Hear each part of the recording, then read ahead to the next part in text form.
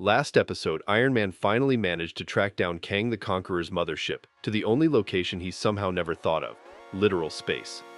Fury calls Iron Man to warn him about the dangers of attacking the ship and how it appears to be getting ready to fire something at Earth. Iron Man tells him not to worry as he outfits himself and all the Avengers with specialized armor suits to infiltrate Kang's ship.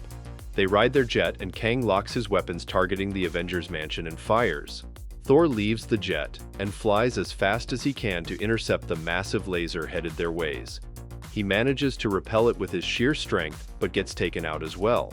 The Avengers continue with their mission to not lose valuable time. Kang's men tell him that the weapon has been deflected back at them and now it has gone offline, so Kang launches more scarabs to take down their jet before they reach him. With the help of the Ultrons, they manage to evade most of the scarabs and destroy the ones in their way. Wasp and Iron Man go out to space to clear the rest of the path for the Avengers ship. They find an airlock that they could enter through and ask Hulk to do what he does best: smash it to pieces. Hulk does what he is told with pleasure and opens a path for the jet to park within the mothership. Iron Man and Wasp try to join them, but a force field is suddenly activated, separating them from the others. Suddenly, a highly trained group of Kang's men with incredible speed and power manages to attack the Avengers swiftly. They take out the Ultrons and seem to have left an opening for the Avengers to retaliate, only for them to reveal that he also has time control powers alongside his men, and they freeze the Avengers before turning the tables on them multiple times. The Avengers, however, manage to lure them in and outsmart them while they freeze time. Meanwhile, Wasp manages to outsmart some scarabs into attacking the ship instead of them, opening a path for both Iron Man and Wasp to enter the ship and join the rest of the Avengers. Kang is so furious that his plans are not going the way he wants that he vows to end the Avengers himself. Wasp scouts the whole ship to pinpoint Kang's location, but she comes across his comatose girlfriend instead. Kang's men corner Wasp and tell her that the princess is dying because of the timeline and that the Avengers will pay for this. Meanwhile, the Avengers reach the ship's time drive and try to smash it immediately, but to no avail. They then suddenly get attacked by more scarabs. Ant-Man gets taken out, and the scarabs move to mill the rest of the Avengers, only for Kang to stop them at the last second. They try to attack him, but he kicks their asses with ease one after the other. Kang takes the time to taunt Captain America, and the Captain pleads with him to work together to save his timeline, but Kang refuses. The Captain then stalls him long enough for Iron Man to enter the scene and blast Kang. Iron Man shows Kang how he might not have the tech he has, but he is a quick learner. And then he destroys the scarabs with absolute ease, like he was controlling them. The Captain tells Iron Man to destroy the time drive, but Iron Man has another idea. After taking control of the ship's computer systems, he wants to use the time drive. Kang is so infuriated that he starts attacking him and the Captain, both as Ultron works on accessing the time drive and giving control to Iron Man. They fight and defeat Kang decisively. Ultron informs Iron Man that the time drive is ready, and Iron Man orders him to send all the ships and Kang back to their timeline.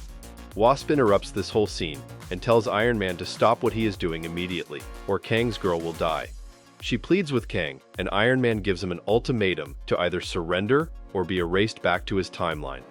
Kang is a stubborn fool, however, and tries challenging them one more time, but Captain America decks him in his stupid face and knocks him out. Iron Man tells Ultron to stand down and stop the transfer, because Kang is done now. We see the aftermath with S.H.I.E.L.D. taking control of Kang's ship and Reed Richards working with Ant-Man to revive the princess. Iron Man and Captain America reconcile in regards to their ideas about the past and the future in front of Kang's cell, and Kang tells them ominously that the worst is yet to come, with the Captain still alive and kicking. The next episode starts with a bunch of goons led by a masked man going on an expedition into a mysterious cave in some cold place. They find within that place corpses of Vikings frozen all over. The masked man reaches a stairway to a chest with some other goon, who freezes immediately as he touches the chest. The masked man pushes him away and takes the content of the chest, which just happens to be yet another smaller chest lol.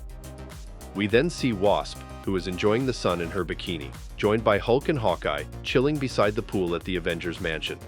Jarvis informs them that Stark Tower is getting attacked by Radioactive Man, and that Thor, Iron Man, and Black Panther are already on the case, so they think it is low priority, and Iron Man will deal with it as they rest a little. Iron Man is not happy to hear that, but he is too busy fighting the villain alongside Thor and Black Panther. Thor berates Iron Man that the villain they are fighting is yet another science experiment gone wrong, and how humans create a lot of their problems. Radioactive Man is literally cleaning the floor with the three due to his focused radiation rays. He even stopped Thor's hammer right in its tracks. He goes and starts absorbing the arc reactor at Stark Tower, and Iron Man tries to counter him by triggering a controlled meltdown and sending him deep underground. Thor, however, thinks it would be a good idea to break the water tubes in the room and engulf the radioactive man, despite Iron Man trying to stop him from doing just that. Back to the ice base for a second here. Enchantress and Executioner arrive to retrieve the chest that he stole to try and use it. We learn that this is actually the Dark Elf known as Malekith, and the chest appears to be called the Casket of Ancient Winters. He teases her by almost giving her the casket, only to whisk it back away, to open it himself and unleash its power. Enchantress tries to stop him, but he overpowers her and Executioner. Meanwhile, Thor and Iron Man are having an argument about the right method between them to deal with Radioactive Man, with Iron Man pointing out how he ruined his basement, and Thor berating him for not caring about the people of Midgard. Suddenly, Thor feels some dark magic in the air, and he looks to the sky to see clouds and storms engulfing all of Earth, and turning it into a permanent winter. Wasp, Hawkeye, and Hulk's time at the pool is interrupted by literal falling snow. They see hands coming out of the ground and realize that they have to suit up immediately. Hulk is stuck under the frozen pool. Thor tells Iron Man and Black Panther about the legend of the casket and how they need to find it and close it, or Earth will suffer for eternity in this winter. They argue about semantics as Black Panther embarrasses Iron Man and does what he couldn't: find out the location of the casket, which happens to be in Norway. Jarvis then interrupts the chit-chat to tell them that there is trouble in the city, with frozen monsters attacking people. Captain America is already on the scene, and he is doing his best while being aided by the Fantastic Four. Hulk wakes up and starts smashing the monsters as well. Iron Man informs all Avengers that they know the source of the magic and that he is going to handle it with Thor and Black Panther. They reach the cave, and Thor is shocked to see the Enchantress frozen, right before Malekith makes himself known and greets them. Thor prepares himself to fight Malekith, but is immediately shut down and frozen like it was nothing. Malekith tells Iron Man and Black Panther that he plans to turn Midgard to a paradise for the Dark Elves, and that he is already bringing them back, right as we see the souls of the Dark Elves crack the monsters and come out of them.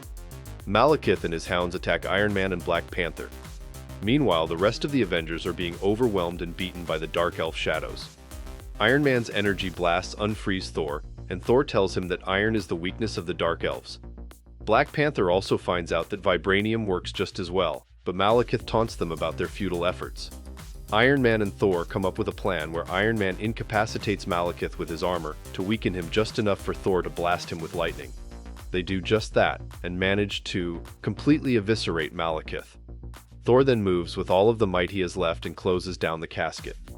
The Earth is reverted back to its former state, and the Dark Elf spirits vanish. Thor and Iron Man reconcile with each other, but then they are interrupted by the Enchantress and the Executioner as they tie them up with magic and steal the casket for themselves. Thor tries to go after them, but he's shocked to find out that he has been locked out of Asgard. We finally finish with the Kang storyline. I am happy he is not banished from the timeline and defeated once and for all. Would like to see what they do next with him.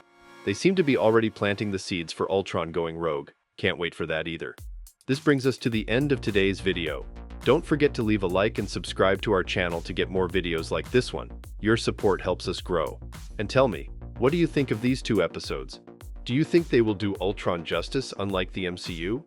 Let me know in the comments below. I read all of them.